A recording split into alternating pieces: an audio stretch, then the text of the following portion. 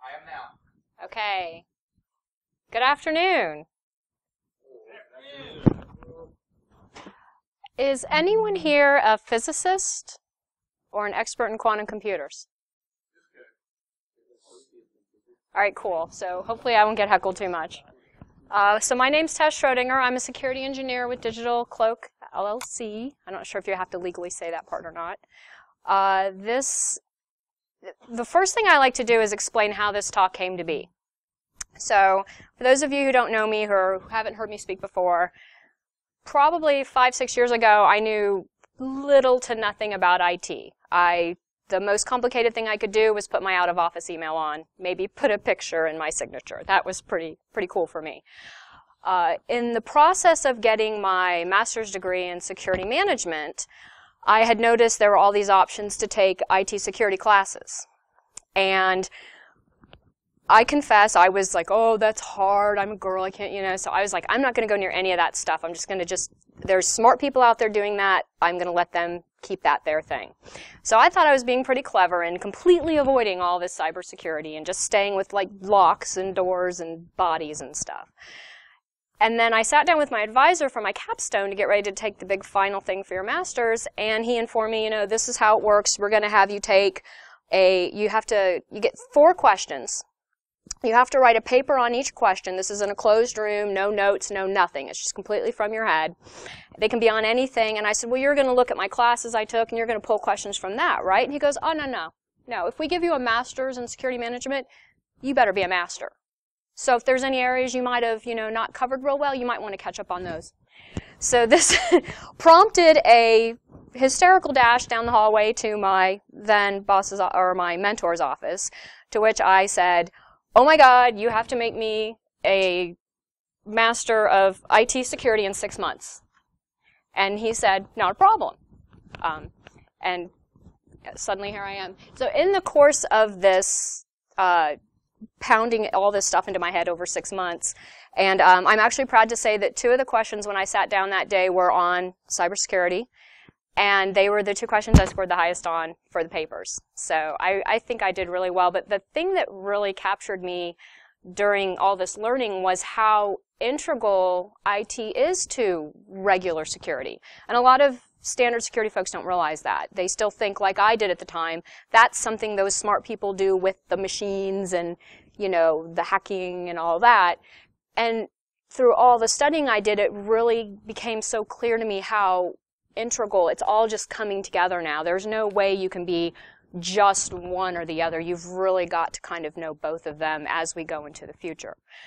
But during the course of all this studying, I got so interested in it, I actually, once I got the regular master's, I went for the master's in cybersecurity technology from UMUC, because now I wanted to really get into it. I didn't want to just cram because I needed to just on the side. I really got fascinated with it, so I wanted to learn more, and I wanted to get better, and I actually wanted to start getting my hands on things. And during the course of that graduate work, I started running into all these comments here and there on, when quantum computers become viable, encryption as we know it is going to go out the window. It's going to be destroyed. Nothing will be secure ever again. Oh my God, the sky is falling. And I wanted to know why. So, of course, I went to my mentor and I said, hey, why? And he looked at me and he said, I have no clue. Which that kind of stunned me for a moment because he's probably the smartest man I know, and I thought he knew everything, and he didn't. So then I went to another friend that, was in IT, and I said, but why? And he just looked at me and said, beats the shit out of me, I don't know. And I'm going, oh, wait a minute. So then I started going to these cons, right? DEF CON, these really smart people at IT, surely they would be talking about this. And I'd go through the schedules and I'd look for, and there'd be nothing. So what do you do when you're a hacker and you don't know how something works? And there's nobody there to tell you. Well, you figure it out yourself. So what this talk is me basically going, why, and nobody out there could tell me why, so I had to figure it out myself. And to kind of justify the 3 o'clock 3 o'clock in the morning reading and, you know, all the work I was doing, I thought, well, maybe I should talk about this so I don't feel like the most enormous geek on the planet just trying to figure out why for myself. So I kind of told myself I was doing this for all you guys too. So that's kind of how I justify some of that. So the agenda, we're going to go over some classical physics versus quantum physics. I really make a huge attempt to keep this talk at a level that everyone can understand. My 10-year-old daughter has sat through it and she got it. So hopefully you guys will get it too. We'll go, once we get some common vocabulary via that, we'll do some classical computers versus quantum computers.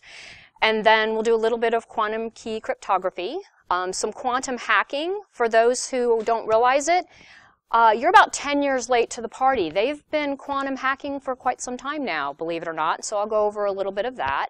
And then, of course, anyone who's done a significant amount of grad work knows you have to have a proper conclusion for everything, so we'll have one of those. So a little bit more about myself. I started out in forensics. I tell people I was bullets and blood, not ones and zeros. So back when I was wearing a badge and carrying a gun, we didn't really ever encounter computers or IT at all. And if we rarely stumbled upon one at a crime scene. I'm kind of really old, so not everybody had computers in their houses then. So we didn't really run into that a lot. So my background is primarily in law enforcement, security, counterintelligence, and regular bullets and blood forensics. And within the last 5-6 years, I've made the shift over. My mentor then, my new boss now, welcomed me with open arms and has given me my first big girl IT for real job. So I'm real proud of that. And I have an undergrad I have associates in physics. I have a BA in sociology, because that's really important to kind of know how people think and how groups of people think. My master's is in security management, and of course I have the grad cert from UMUC in cybersecurity technology. I do have one little cert, my Security Plus. If you do any work in DC, you kind of have to have one of those. And I'm kind of looking at, like, what am I going to do next? So let's start with some classical physics versus quantum physics. This is where I ask you to take the red pill, okay? For those of you who are not familiar at all with quantum mechanics, Niels Bohr is a famous physicist, and he once said, if quantum mechanics hasn't profoundly shocked you, then you don't understand it yet.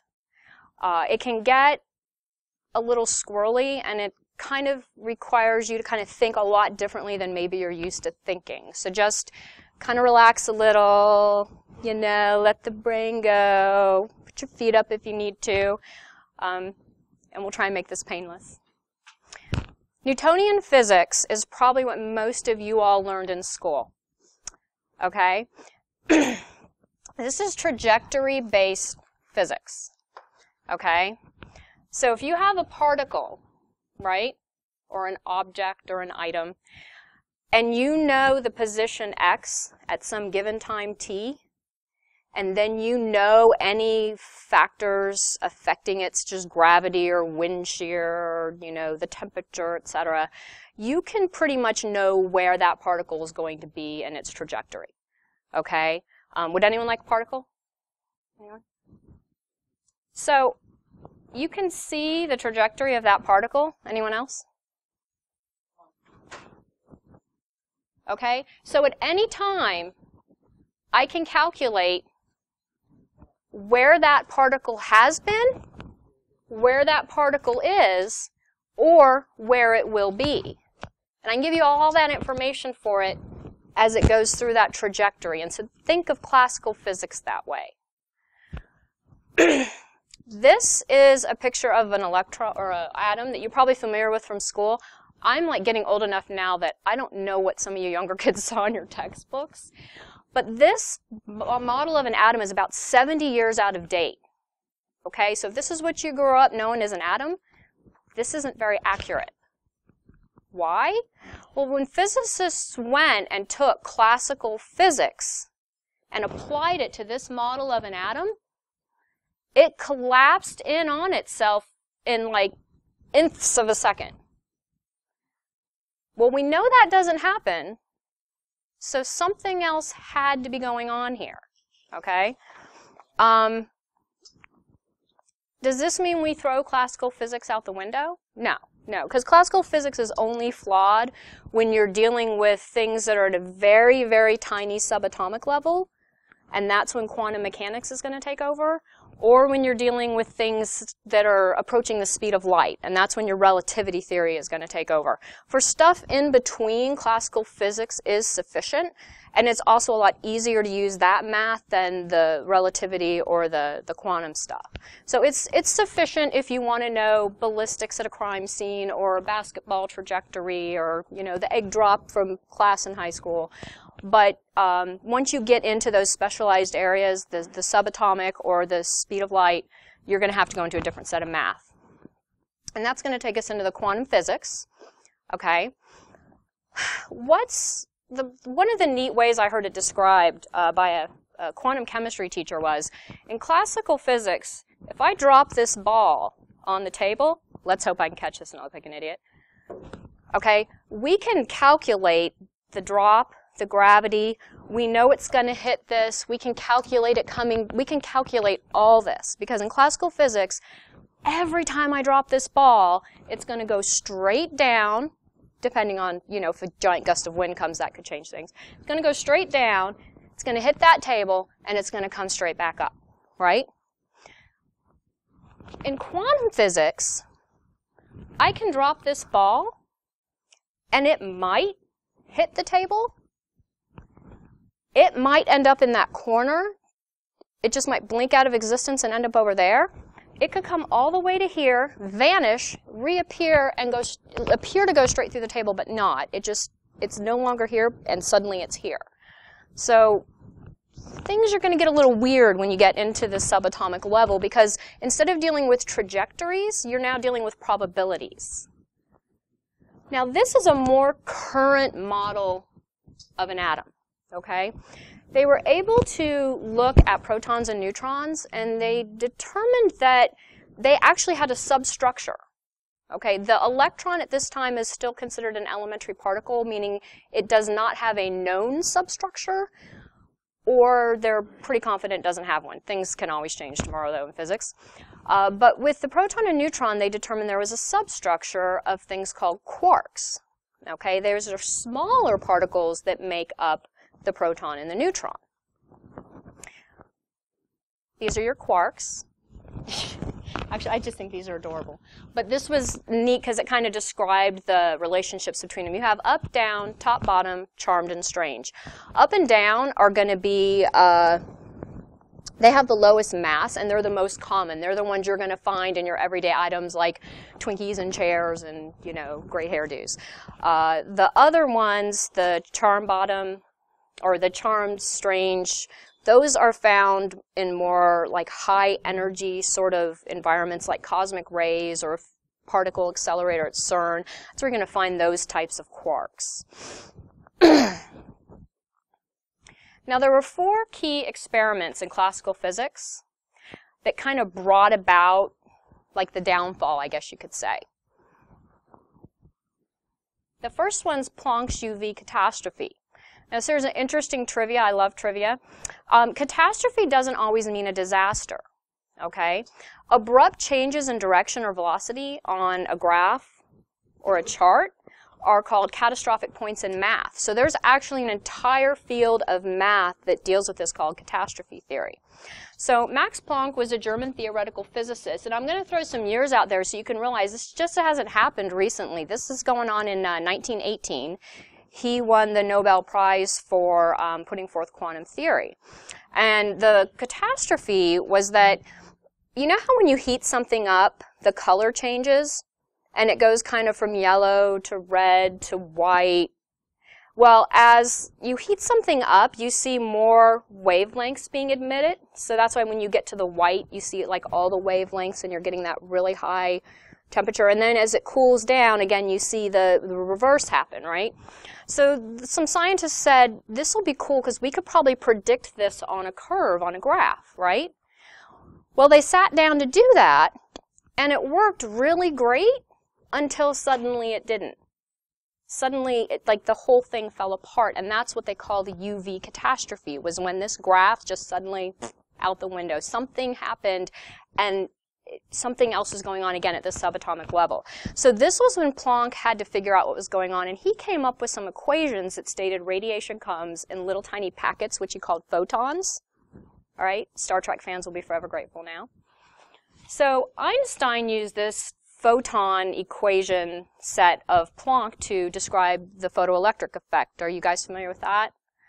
This was, actually a lot of people think he won the Nobel Prize for his theory of relativity, but he actually won it for this, the photoelectric effect. And this is basically, for those who don't know, when you shine light onto metal, there's a current that'll flow through it, and that's because the electrons in the light are giving their energy to the electrons in the metal, and they're producing a current. The third one was de Broglie's discovery of the wave-like behavior of particles. Has anyone heard of the double slit experiment? Okay, so for those, basically de Broglie put out that that particles don't always act just like particles. They actually have a wave nature, and he applied this to electrons in a theoretical paper, and then two scientists came behind him about 2 or 3 years later and experimentally confirmed his hypothesis. Okay? And the last one was Heisenberg's uncertainty principle. And if you don't know what it looks like, I actually have it tattooed on my arm right here, if you want to see it later.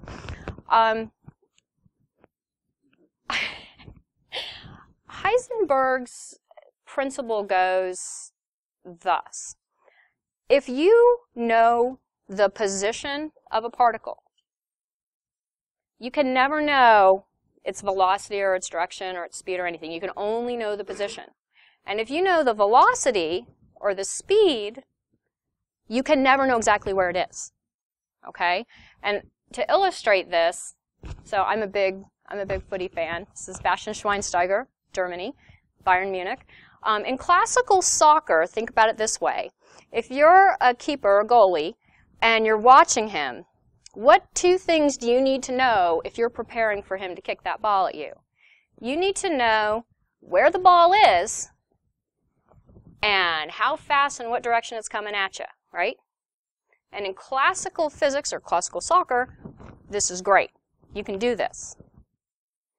In quantum soccer, right?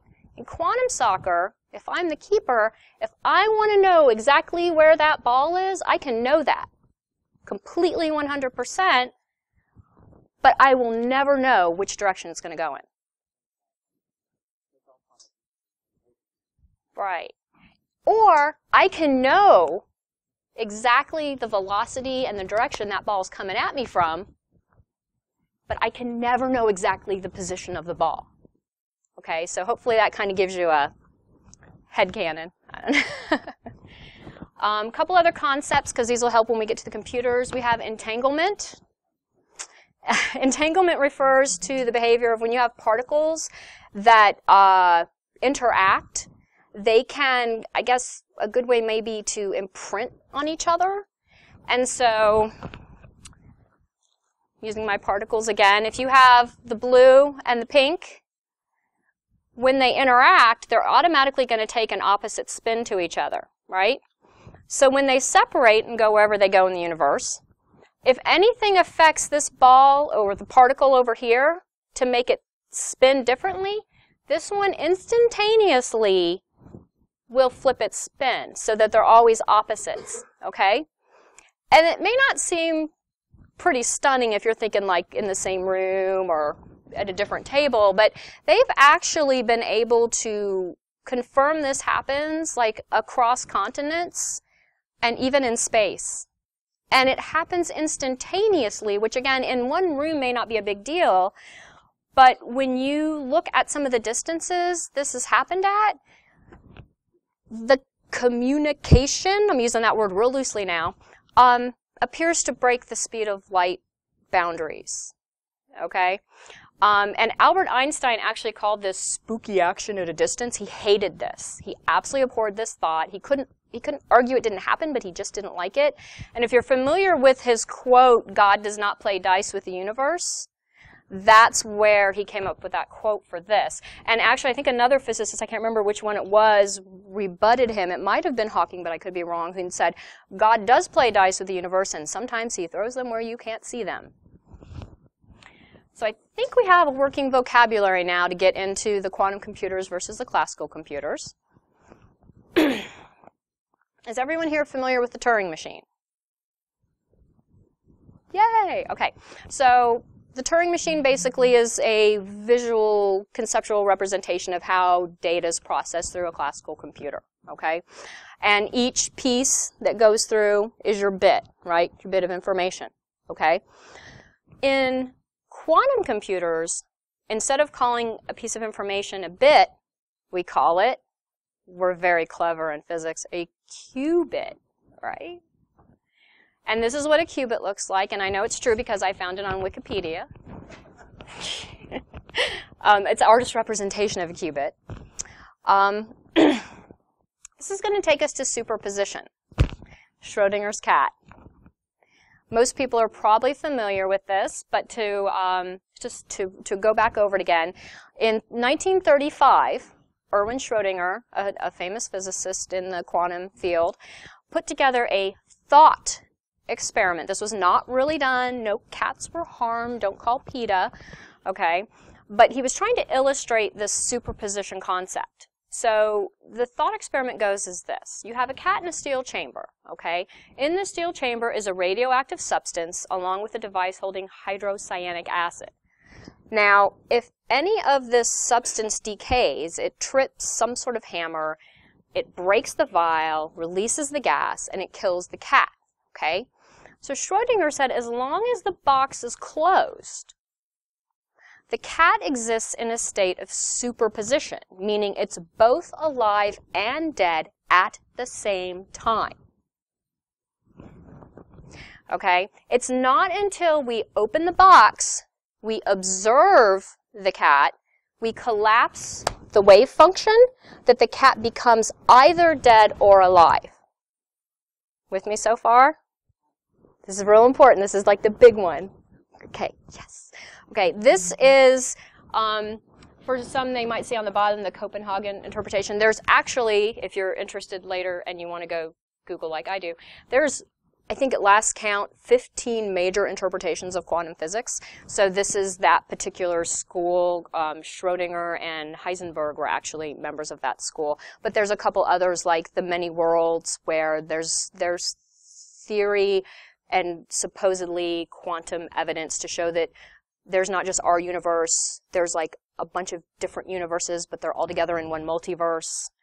So you may have, like, in another universe, my butt's not as big as it is now, or, you know, I have 4 legs or something. So there's the multiverse theory, and then there's a branching universe theory where supposedly every time a decision is made, the universe branches into 2 different ones with 2 different results and consequences. It's pretty fascinating if you're interested and you can't sleep at night.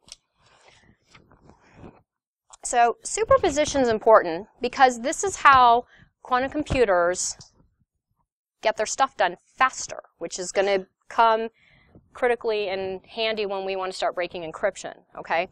So if you look at this qubit, it exists in a state of superposition, okay?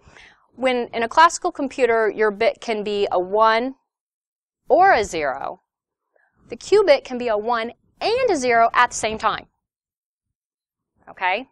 This may be a better picture, okay? So, parallelism. So in your classical computers with parallelism, you basically have several processors that are linked together and they can all do kind of different stuff at the same time. Well, in quantum computing, a single quantum processor can basically, if you picture that Turing machine, I can't find a picture of a quantum Turing machine yet, even though supposedly one exists in theory. On that strip of paper, instead of seeing a 0 or a 1, you can see a 0 and a 1 at the same time, and the computer processes both at the same time. And that is what speeds up your processing with the quantum computers. So far, we're good? All right. Okay, and now this will be funny now because you'll understand it. So we have a little timeline just to kind of put some stuff in perspective with where the environment's been going. So in 1980, a Russian mathematician named Yuri Manin, he's the one who first proposed the idea of quantum computing, okay? And in 81, Richard Feynman, he's an American theoretical physicist, he proposed kind of a basic model for this quantum computer. Paul Benioff, another American physicist, he proposed the first kind of theoretical framework for that quantum computer. And then David Deutsch, he's with University of Oxford, he's the one that supposedly conceptualized the quantum Turing machine. Again, can't find a picture of it, but supposedly he's put that together. In 91, Arthur Eckert with Oxford also invented entanglement-based secure encryption. This is the neat one. In 2003, so this is more than 10 years ago, DARPA's quantum network became fully operational that year. So DARPA already has and has had a quantum network. In 2005, the first qubit is announced to have been created by scientists in Austria. And in 2007, a company called D-Wave Systems claimed to have the first working 28-bit quantum computer. A little bit about D-Wave. I've met one person who supposedly works with them. I will say I think D-Wave probably has some of the best OPSEC as far as security around what they do. Nobody knows what they do. Nobody actually knows if they actually do anything. That's how good they are. I have had about 50% of the people I talk to tell me that D-Wave is the genius tank. These are the people that are going to just, you know, revolutionize computing. And then I've had 50% of the people I talk to say they are all completely full of crap. They don't do anything. All their claims are BS. And since they don't really share anything they do, it's really hard to substantiate some of what they've done. So this is what they've supposedly done. I will leave it to you to decide if you believe it or not. In 2008, supposedly they had a 128 qubit computer chip. And then in 2009, supposedly Google started collaborating with them on image search technology using quantum computing. In 2013, we had coherent superposition of an ensemble of approximately 3 billion qubits for 39 minutes at room temperature. Now, this is a big deal because the previous record for that was 2 seconds. Okay? In 2014, scientists transferred data via quantum teleportation over a distance of 10 feet with 0% error. And in 2015, this was the week before I presented this at ShmooCon, there was an Ars Technica article that researchers created quantum memory that's stable for 6 hours in a very strong magnetic field at close to absolute zero. And then right before B-Sides Charm, I found this. This was actually kind of just really cool. So these guys in the Swiss Federal Institute of Technology have devised an experiment to photograph light as both a particle and a wave. And there it is. Ta-da. I thought that was really neat. So, why? Okay, so now this takes us all back to why did I start this in the first place? Like, so what does this have to do with cryptography, right? What's the deal? So, in 1994, a gentleman named Peter Shor with AT&T came up with an algorithm that would allow quantum computers to factor very large integers very quickly. Okay? And this algorithm can theoretically break a lot of the crypto systems in use today, basically most anything based on factoring or RSA. Okay? And the numbers I have are it can factor a 1,000-digit number in about 20 minutes. A classical computer would take about 10 million billion years to do that. And this is because of that ability to do the superposition and to the parallel processing of the quantum computer. So, a little bit on quantum cryptography. This was actually, I think all of this is fascinating, or I wouldn't be talking about it. Quantum cryptography basically uses physics instead of math to encrypt your data. Okay? Well, no, you're actually using straight, I'm going to go into how it's done. You actually are using physics, not math. So you can't use math to break this. Pretty cool. Okay. So we all know Alice and Bob, right? So how do we do this? So we create a key using photons. So polarized light, let me get my particles again. So polarized light and unpolarized light. When light's unpolarized, it can basically oscillate in any direction, right? It's got it's just all over the place, like my hair some days. When you polarize it, you'll pass it through a filter that kind of locks it into a specific spin. It could be diagonal, it could be up and down, it could be vertical, horizontal, whatever. But it kind of locks it into a spin state instead of it being all over the place, okay? So what they do is they use these filters and they create the photons using LEDs, and then they pass the photon through a filter, okay? And then the filter fixes it into a spin state, okay? So if you fix this one into a vertical spin state, the only way you can properly read this particle on the other end, on the receiving end, is if you have a vertical filter to read it through. If you place a horizontal filter, then that filter is going to change your spin state. Or it's just not going to pass through and it's going to give you a null reading. You're not going to get anything. Okay? So the way we do this is, Alice is going to transfer some random bits using random polarizations, okay? So she's going to take her filters and set them up randomly, and then she's going to pick some numbers, and she's going to send them through. Just everything's random, okay? On the other end, Bob has no clue, you know? So he's just going to set his filters up and sit back and see what happens. He's just going to pick some, okay? Now, Alice can call Bob and give him her list of polarizations, not the bits she sent, just the polarizations. And then Bob can sit down and say, okay,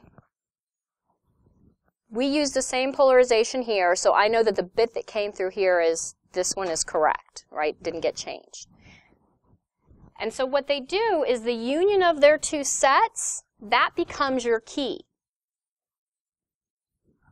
We good? Got it? All right. It took me weeks to get this figured out straight, and lots of whiteboard time with my developers. They were so good. So what about Eve then? Well, Eve can't do a traditional man-in-the-middle attack because any attempt to measure or to observe or to anything to affect that communication is going to skew what happened, and Bob and Alice, when they talk, are going to realize something skewed it, and they can scrap it, not use it, and go about, you know, picking another time or another place or trying to generate another key where she might not be able to get in.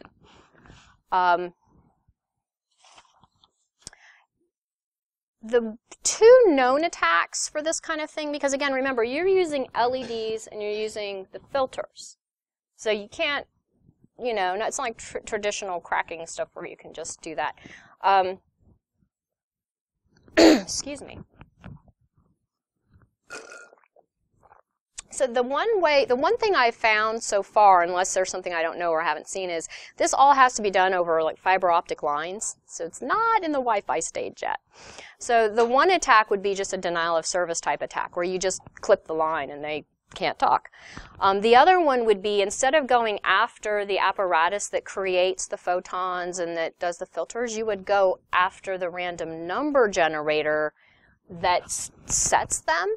So you kind of get in front of it that way and maybe go after her random number generator. So this kind of takes us into the quantum hacking, which, like I said, it's been about 10 years since they've been doing this. And Planck Institute in Germany. So this gentleman named Nitin Jain, not sure I pronounced his name right, they figured out that Eve could take a laser and she could bounce it off Alice's filters, and she could get a reading of everything on the other end, right, without interfering with communication.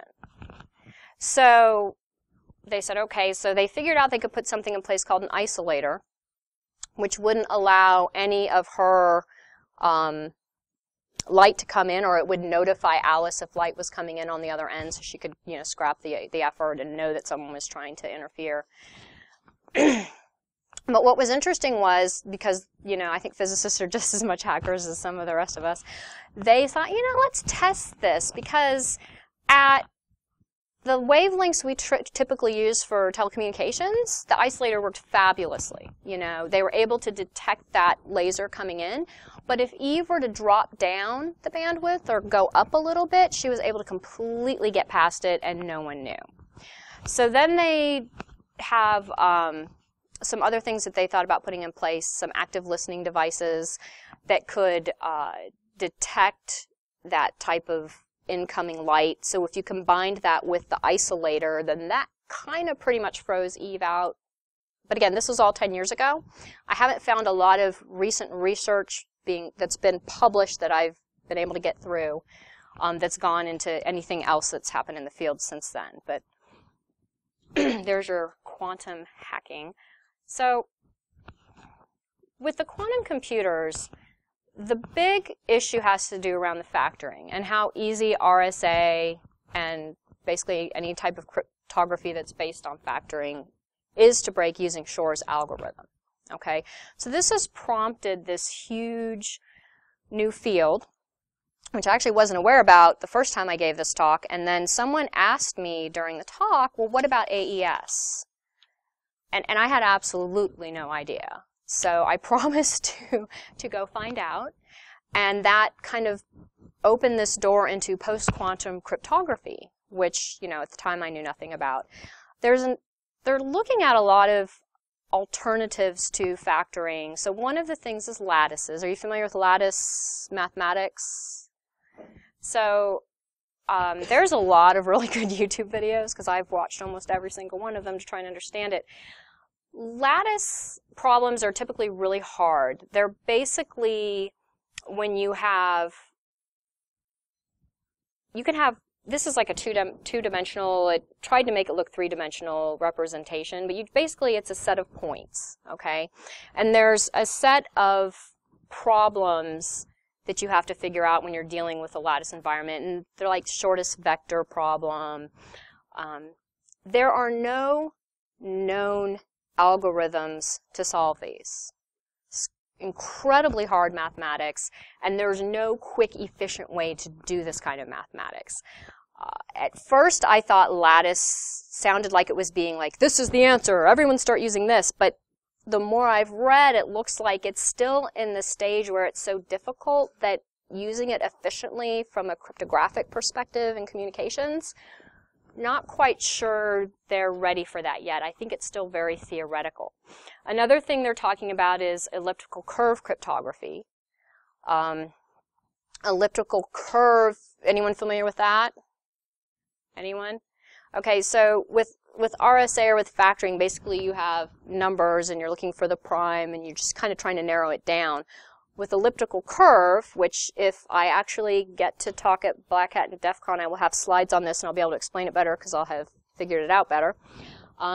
You have a curve, and instead of trying to find a range of numbers like factoring, you're actually trying to find all the points along a specific part of this curve that have to do with an intersection. And they're not quite sure mathematically in even elliptical curve cryptography. It's being used for some stuff. I think like BlackBerry used some sort of implementation of it, but it's still really, they're working on it. And the other thing with elliptical curve, I'm actually reading a book on post-quantum cryptography where there's people arguing about the polynomial base of elliptical curve makes it just as vulnerable as factoring, but I'm still like 32 pages into the book, so hopefully I'll have that done by the next time I present something, and I can share more, because I just started diving into this in the last month or two when I was asked that question. But the big advantages, again, with the lattice cryptography that they're saying now is over the elliptical curve, it's definitely a lot harder. And they're a lot closer to finding more efficient algorithms with the elliptical curve because it's been around a lot longer and it's been kind of attacked and played with a lot longer than the lattice has. So that's really why they're pushing lattice big. But again, only 32 pages in. I'll have more data next time I talk, probably. So where does that leave us?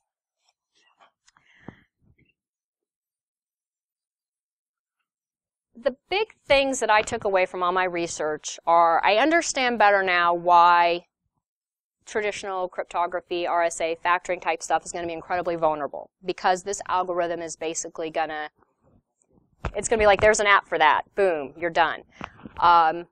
There are people really trying hard to come up with an alternative to that type of cryptography, but there are still a lot of incredibly brilliant people who really aren't too sure about it. I think anyone who's studied cryptography knows that there's so much testing and attacking, and it's not just you can kind of pull it out of your pocket and have a new crypto system the next day. There's really a lot of stringent stuff that it goes through before a lot of people will agree that it's going to be effective and safe to use. And it's just not, I don't think anything has gone that far down the path yet to really be considered a replacement for the factoring in a quantum thing. And the only big reason right now that the lattice and the elliptical and everything else is considered, secure is because essentially it would take a classical computer and a quantum computer the same amount of time to break it.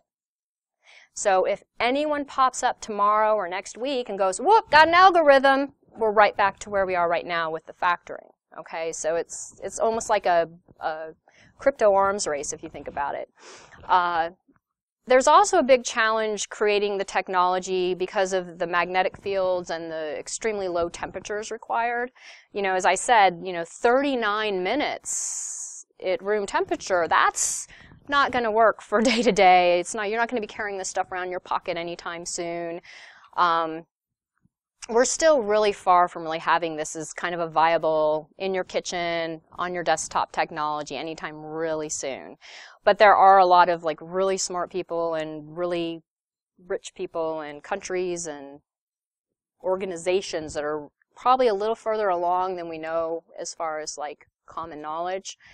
But it's not something I think is really on the horizon yet. I think the last thing I read about viability was the current quantum computer that D-Wave claims to have can solve a Sudoku puzzle. That's about where it's at. So you can kind of extrapolate from there. And that's my talk. So hopefully you found that interesting and learned something. And does anyone have any questions or comments or smart remarks? You're basically looking at how systems are moving away from what we know today. As far as being a laptop or a computer, you're going to a different substance.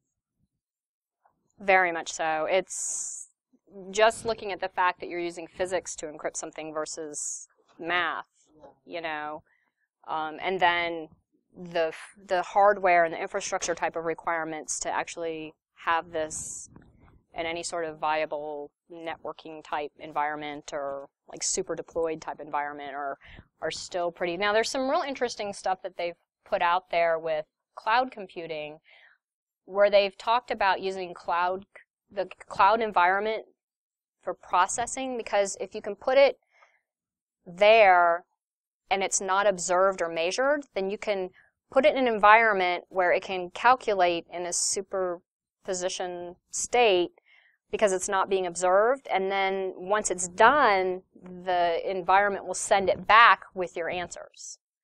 But I'm still struggling with it. There's a lot of math in these papers. There's one sentence and then 3 pages of math and then a paragraph, so I'm kind of struggling through a lot of this as I make my way. Yes, sir. Are you stretching?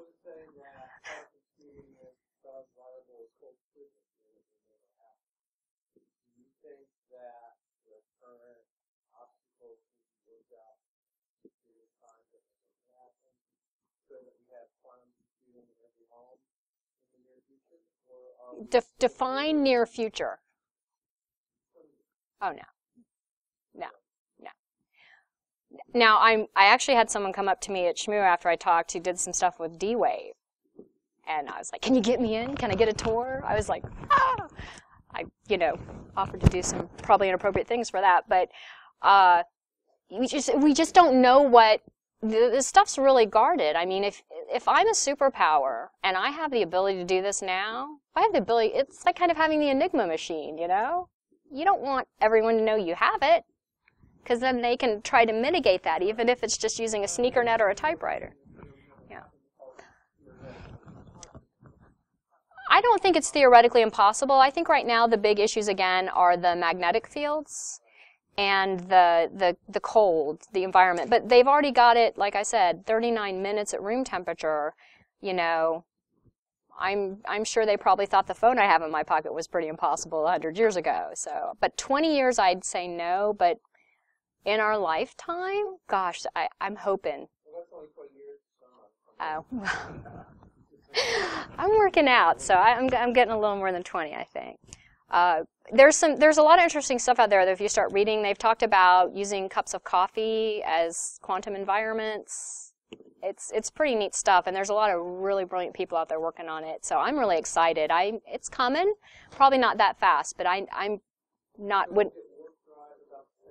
Oh, yeah, that would be cool. Set photon on stun. So, any other questions? Does anyone want particles? I have a whole bag.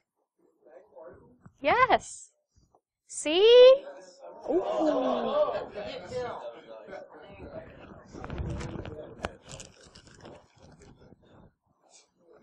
Boing. Trajectory, right? That was not a good trajectory. I'm going to walk back and hand those out. No, just whiz one back and hit Bill. Okay. I'll just bounce it off his head, right? How do I do this? Thank you.